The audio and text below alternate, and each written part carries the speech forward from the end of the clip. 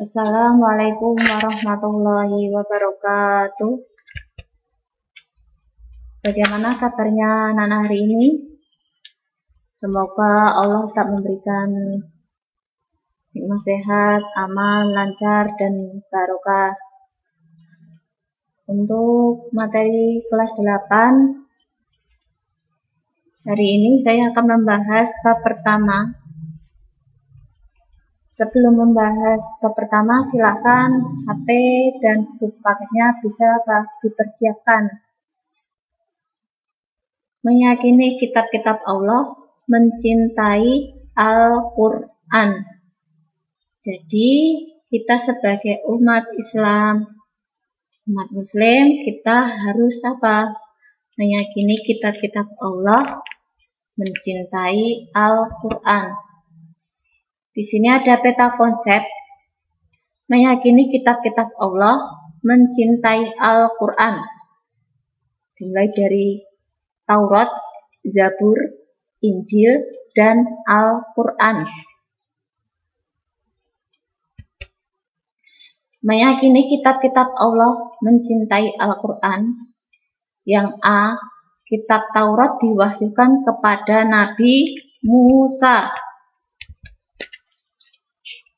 Yang B, kitab Zabur diturunkan Allah Subhanahu wa Ta'ala kepada Nabi Daud alaihissalam. Yang C, kitab Injil diturunkan kepada Nabi Isa alaihissalam. Yang D, kitab Al-Quran diturunkan kepada Nabi Muhammad Sallallahu Alaihi Wasallam. Nabi yang terakhir ya. 1. Pengertian iman kepada kitab-kitab Allah Subhanahu wa Ta'ala. Iman kepada Allah Subhanahu wa Ta'ala berarti percaya dan yakin dengan sepenuh hati bahwa Allah Subhanahu wa Ta'ala telah menurunkan kitab-kitabnya kepada para rasulnya. Jadi kita harus percaya dan yakin ya. Kalau Allah itu menurunkan kitab-kitabnya kepada siapa? Kepada Rasulnya. Ajaran di dalam kitab tersebut disampaikan kepada manusia sebagai pedoman hidup agar dapat meraih kebahagiaan di dunia dan di akhirat. Jadi di dalam kitab itu disampaikan kepada manusia sebagai pedoman hidup agar yaitu agar bahagia, terselamatkan, terselamatkan di dunia dan di akhirat. 2. Nama-nama kitab Allah Subhanahu wa Ta'ala dan Rasul penerimanya. Ada 4 kitab yang diturunkan oleh Allah Subhanahu wa Ta'ala ke dunia ini. Keempat kitab yang wajib kita yakini adalah Taurat, Zabur, Injil, dan Al-Quran. A. Kitab Taurat diturunkan pada abad ke-12 sebelum Masehi. Kitab Taurat diwahyukan kepada Nabi Musa alaihissalam. Nama Taurat berarti hukum atau syariat. Adapun bahasa yang digunakan dalam kitab Taurat adalah bahasa Bahasa Ibrani. Seperti ini ya gambarannya, bahasa Ibrani. Nah, kitab Taurat benar-benar wahyu dari Allah Subhanahu wa Ta'ala.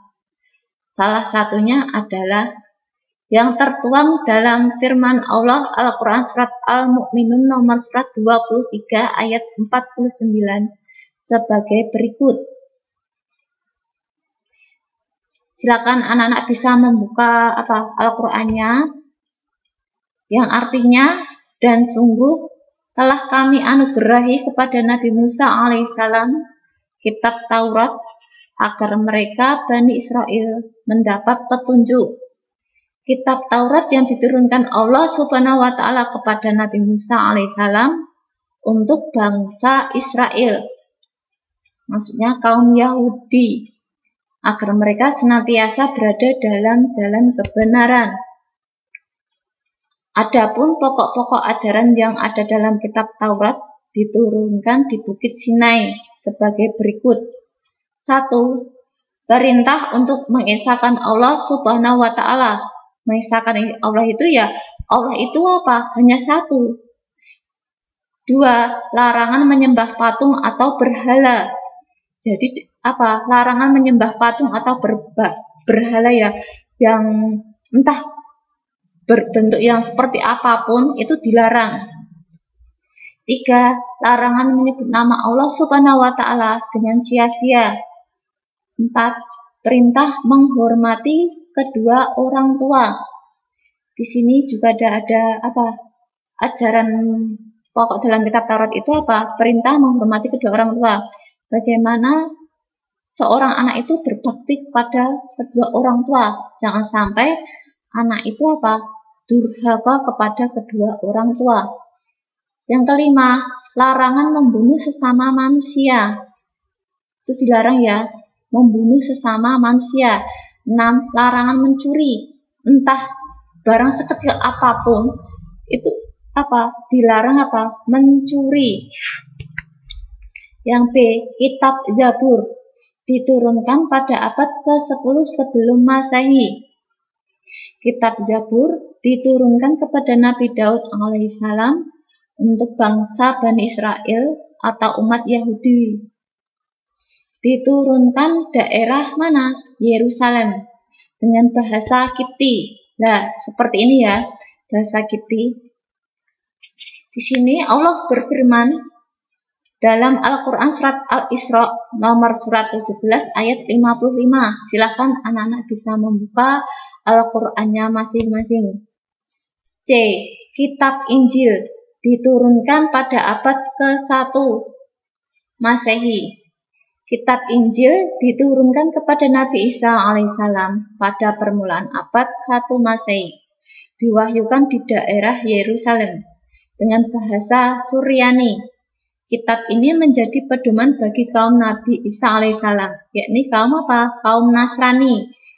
Firman Allah Subhanahu wa Ta'ala dalam Al-Quran surat Maryam nomor surat 19 ayat 30.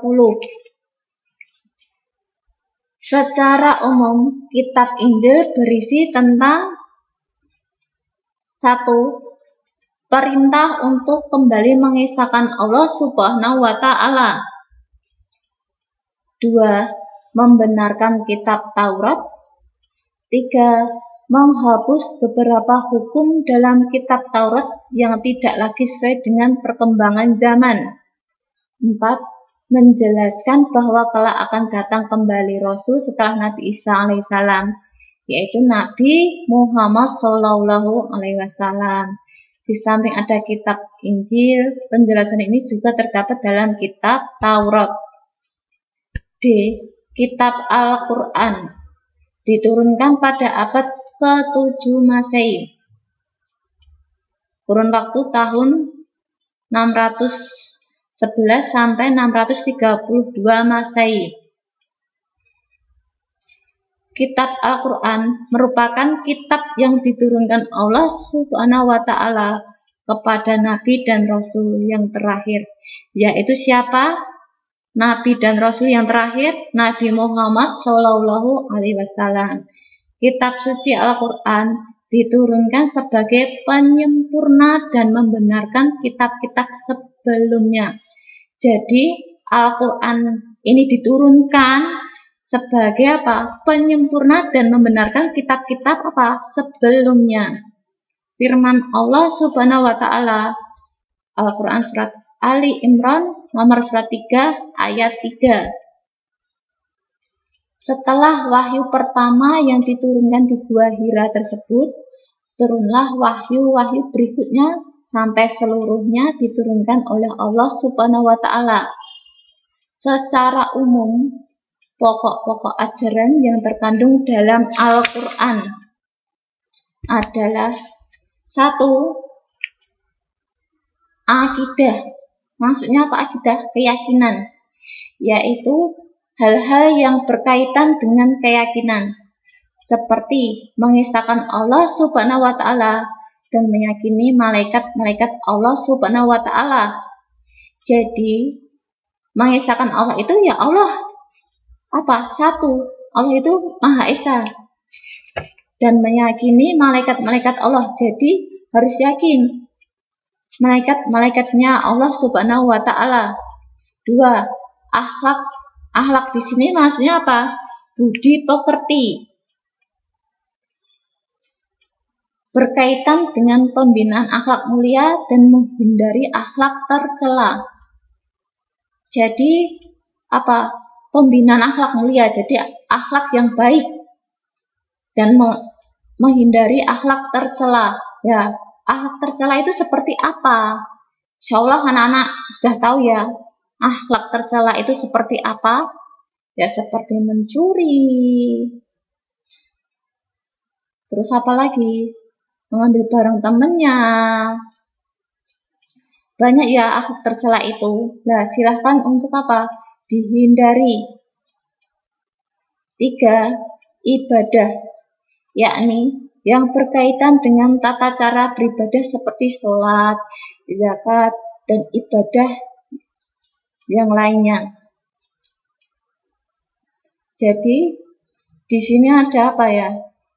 Ada ajaran juga ya, bagaimana sholat, tata cara sholat itu bagaimana, dari awal sampai akhir itu bagaimana. Jadi di situ sudah ada tuntutannya ya. 4. Muamalah, yakni berkaitan dengan tata cara berhubungan kepada sesama manusia. Bagaimana hubungan manusia itu apa? Baik. Jadi tidak ada permusuhan.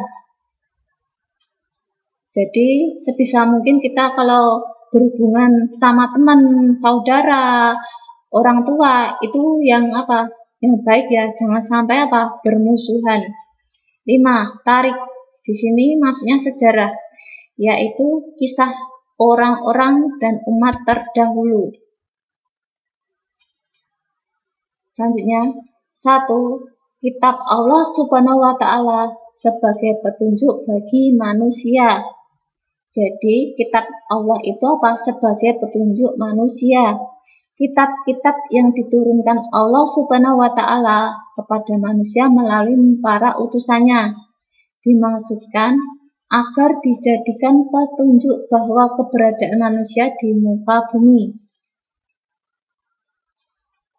Selanjutnya, Allah Subhanahu wa Ta'ala menciptakan manusia dengan penciptaan yang sempurna. Jadi kita diberi penciptaan yang sempurna, dari rambut sampai kaki ya kita harus menjaganya, jangan sampai merubah penciptaan Allah. Misalkan kita diberi rambut alis yang sempurna, tapi di situ dirubah, dicukur, lah itu sudah merubah ciptaan Allah ya. Terus Allah Subhanahu wa Ta'ala memberikan pedoman yang berisi hal-hal yang harus dilakukan dan meninggalkan hal-hal yang buruk. Jadi apa perintahnya Allah, apa larangannya Allah. Perintahnya apa, ya kita harus menjalankan. Larangannya apa, ya kita harus tinggalkan. 2. Al-Quran sebagai kitab suci umat Islam. Jadi umat Islam itu kitab sucinya Al-Quran. Al-Quran merupakan kitab suci dari Allah Subhanahu wa Ta'ala yang terjamin kemurniannya. Maksudnya sejak awal diturunkan sampai sekarang, bacaan Al-Quran dan isinya tidak mengalami perubahan, baik penambahan maupun pengurangan. Jadi Al-Quran itu diturunkan mulai dari sekarang, bacaan Al-Quran dan isinya tidak mengalami perubahan ya. Terus Dalam sejarah tercatat bahwa Al-Quran tidak diturunkan sekaligus kepada Rasulullah Shallallahu Alaihi Wasallam. Seluruh ayat-ayat Al-Quran diturunkan bertahap. Jadi ayat-ayat Al-Quran itu diturunkan bertahap ya, nggak langsung, sedikit demi sedikit dan berangsur-angsur. Al-Quran sebagai pedoman dalam kehidupan sehari-hari sudah tentu akan menjadikan hidupnya terarah dan selamat sampai tujuan hidup yang sebenarnya. Tujuan hidup sebenarnya adalah bahagia di dunia dan di akhirat. 3. Perbedaan kitab dan suhuf. Wahyu-wahyu Allah Subhanahu wa Ta'ala yang diterima oleh para rasul dalam perkembangannya ada yang dibukukan berbentuk kitab dan ada yang tidak dibukukan atau berbentuk suhuf, yaitu apa? Lembaran-lembaran terpisah. Jadi perbedaan kitab dan suhuf itu berbeda ya. Firman Allah dalam Al-Quran surat Al-A'la nomor surat 87 ayat 18 sampai 19. Secara rinci, para nabi dan rasul yang menerima suhuf dari Allah Subhanahu wa Ta'ala. Nabi Ibrahim menerima berapa suhuf? 10 suhuf. B. Nabi Musa menerima 10 suhuf. Kitab dan suhuf mempunyai persamaan dan juga perbedaan. Persamaannya adalah keduanya sama-sama firman Allah Subhanahu wa Ta'ala yang diturunkan para rasulnya. Adapun perbedaan antara kitab dan suhuf antara lain: A. Isi kitab lebih lengkap daripada isi suhuf. B. Bentuk dari kitab sudah dibukukan, sedangkan suhuf masih berbentuk lembaran-lembaran yang terpisah. Jadi kitab itu sudah dibukukan ya. Kalau suhuf berbentuk lembaran yang terpisah. Yang C, kitab biasanya berlaku lebih lama daripada suhuf. 4. Hikmah beriman kepada kitab Allah Subhanahu wa Ta'ala. 1. Memberikan petunjuk kepada manusia mana yang benar dan mana yang salah. Jadi hikmahnya beriman kepada kitab itu apa? Setelah mempelajari tadi, pasti akan tahu ya anak-anak ya hikmahnya ya. 1. Memberikan petunjuk kepada manusia mana yang benar dan mana yang salah. Jadi anak-anak harus tahu mana yang halal dan mana yang haram. Itu harus bisa membedakan. 2. Pedoman agar manusia tidak berselisih dalam menentukan kebenaran. 3. Hati manusia menjadi lebih tentram dan menambah ilmu pengetahuan. Jadi ketika manusia sedang sedih, sedang galau, bisa membaca Al-Quran. Biar hatinya menjadi tentram. Yang keempat, meningkatkan kesabaran dalam menerima cobaan, ujian, dan musibah yang menimpa pada dirinya. Jadi seberat apapun cobaan atau ujian atau musibah, bisa meningkatkan kita bisa meningkatkan kesabaran. Bisa menerima cobaan. Misalkan diberi cobaan, dompetnya hilang, di situ bisa sabar, bisa istirja. Banyak ya di sini ya. Cukup sekian dari Ustazah. Apabila banyak salah katanya, Ustazah minta maaf yang sebesar-besarnya. Setelah ini ada soal di Google Form, silahkan anak-anak mengerjakan sebagai nilai ya, harus dikerjakan. Alhamdulillahi jazakumullahu khairan. Wassalamualaikum warahmatullahi wabarakatuh.